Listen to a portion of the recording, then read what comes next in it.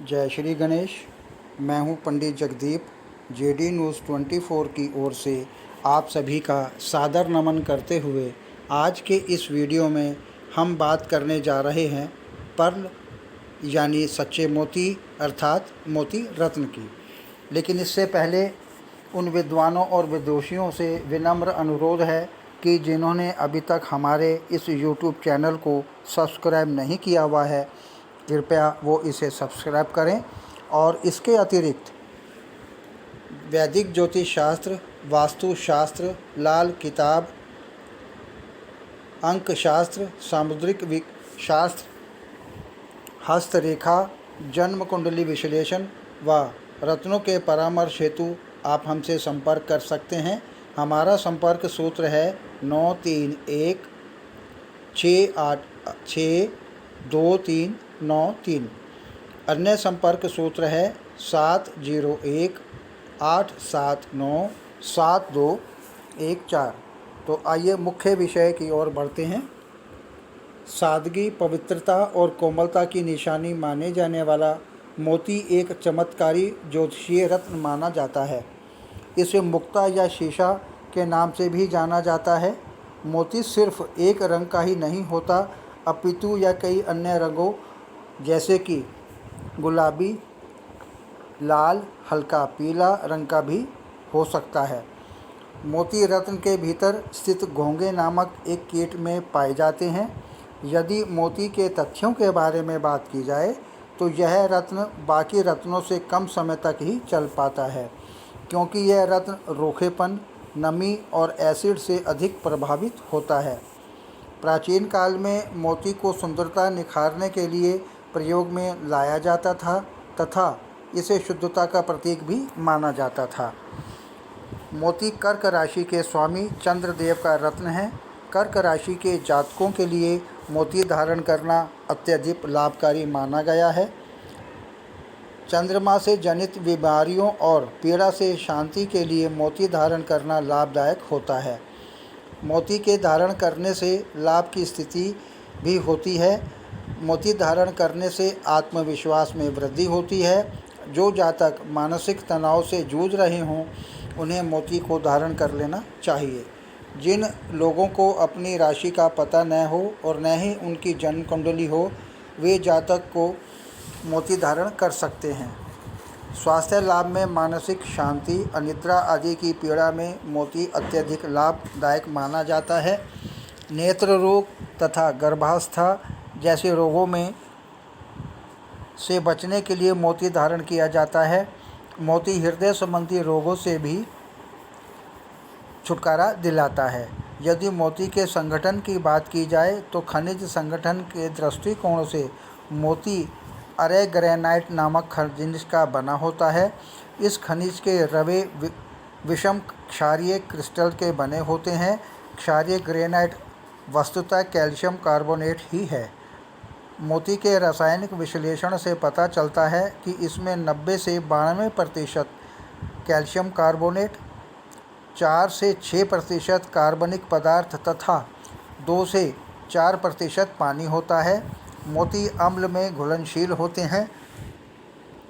तनु खनिज अम्लों के संपर्क में आने पर मोती खद्य धातु के साथ क्रिया कर कार्बन डाइऑक्साइड मुक्त करता है और यह रत्न कोमल है। किसी भी धातु या कठोर वस्तु से इस पर खरोंच पैदा हो जाती है।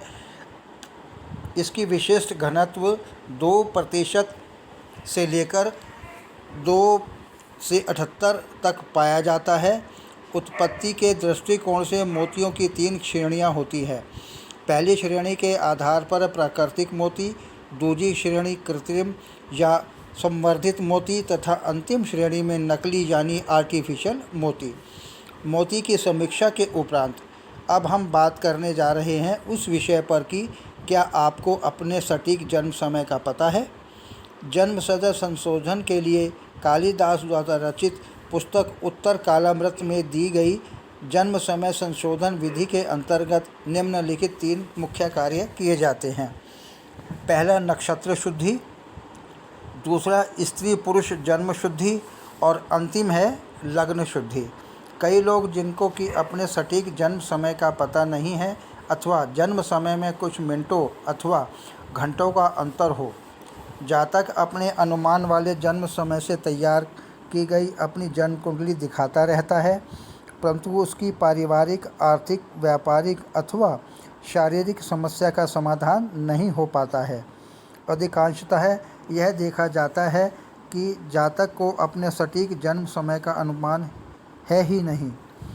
जातक को मात्र इतना ही पता होता है कि उसका जन्म कुछ मिनटों के अंतराल में ही हुआ है और जातक अनुमान के आधार पर ही अपनी जन्म कुंडली बनाकर उनका विश्लेषण करवाता रहता है।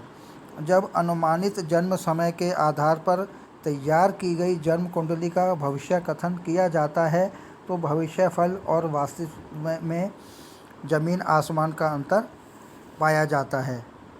जन्म समय संशोधन की बात करें तो वैदिक ज्योतिष शास्त्र के अंतर्गत एक बहुत ही महत्वपूर्ण पद्धति है जिसमें किसी भी जातक के लगभग सटीक समय का अनुमान लगाया जाता है। यह एक बहुत मुश्किल पद्धति है जिसके लिए उच्चतम ज्योतिषीय ज्ञान की आवश्यकता होती है। इसके लिए किसी भी ज्योतिषविद का विशेषज्ञ अथवा योग्य विद्वान होना परम आवश्यक है। प्राप्त अथवा ज्ञात जन्म समय से भविष्य कथन करें तो बहुत अधिक अंतर आ जाता है। वह काल्पनिक समय है, न कि सही। वैदिक ज्योतिष शास्त्र में लगभग 2 घंटों में लग्न बदल जाता है, तब सही भविष्य कथन कहना बहुत कठिन हो जाता है। यदि 1 या 10 मिनट में लगन बदल रहा हो तो ऐसे में फलादेश सूक्ष्मता के साथ सावधानी पूर्वक करना होगा। जातक द्वारा दी गई पुरानी अथवा बीती सूचनाओं या फिर घटनाओं के अध्ययन विश्लेषण के आधार पर जन्म समय संशोधन करना होगा। उपरोक्त पद्धतियों के द्वारा जन्म समय संशोधन किया जा सकता है। साथ ही इनके अतिरिक्त विभिन्न विशेषज्ञ ज्योतिषों द्वारा अनेक ज्योतिषीय तकनीकों का सर्जन किया जाता है जिनके आधार पर भी जन्म समय संशोधन किया जा सकता है। सामान्यतः जन्म समय संशोधन तब किया जाए जब जातक को अपने समय का कुछ थोड़ा बहुत अनुमान माता पिता द्वारा उसको दिया गया हो। बिल्कुल अज्ञात समय का संशोधन नहीं हो पाता। ऐसे मामलों में इन विधियों के अतिरिक्त एक अन्य एस्ट्रोलॉजर अपने जातक के हाथों की भी सही लग्न निकाला जा सकता है।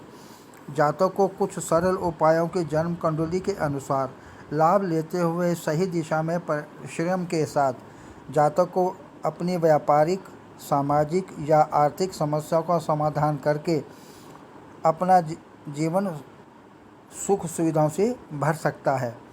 जन्म समय संशोधन की विधि इस प्रकार से भी हो सकती है।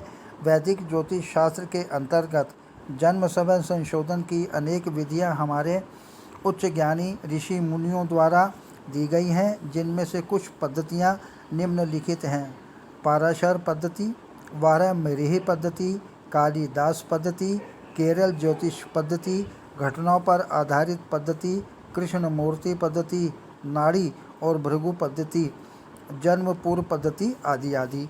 आगे प्रभु इच्छा आगामी वीडियो नए प्रसंग के संग ऑनलाइन परामर्श उपलब्ध। आपकी समृद्धि की कामना सहित पुनः जय श्री गणेश।